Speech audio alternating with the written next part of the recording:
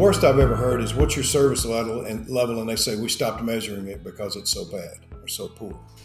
But on average, I would say many people will feel good about today 80 and 85% service levels. They'll feel pretty good about that, and they will say things like, in spite of all of the supply chain issues, the labor shortages, the other circumstances that we face, the spiky demand, et cetera, we are still able to fulfill on 80 to 85% of their promises. That's a really poor place to be.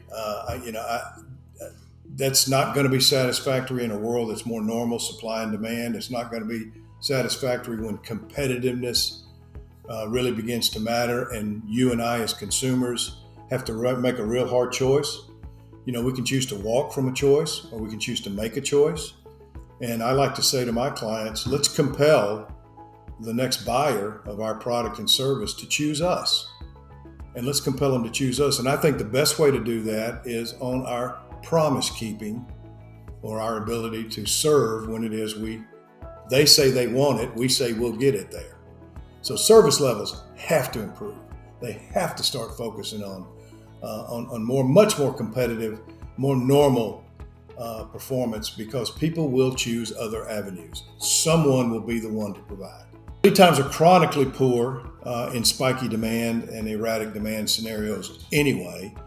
But I think in the last 2 years, what has happened is that abnormality, that dramatic change in circumstance has become what many people call the new normal.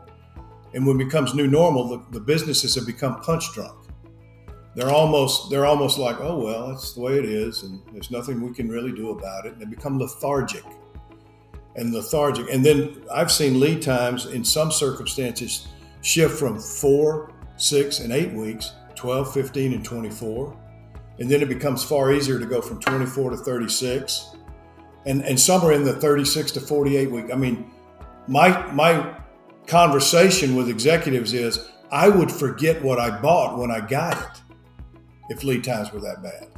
I mean, it's really, Jason, it's really, really bad. Now, it's a great time to get better and to start winning, because it's very easy to distinguish a lead time performance of 12 weeks from 36.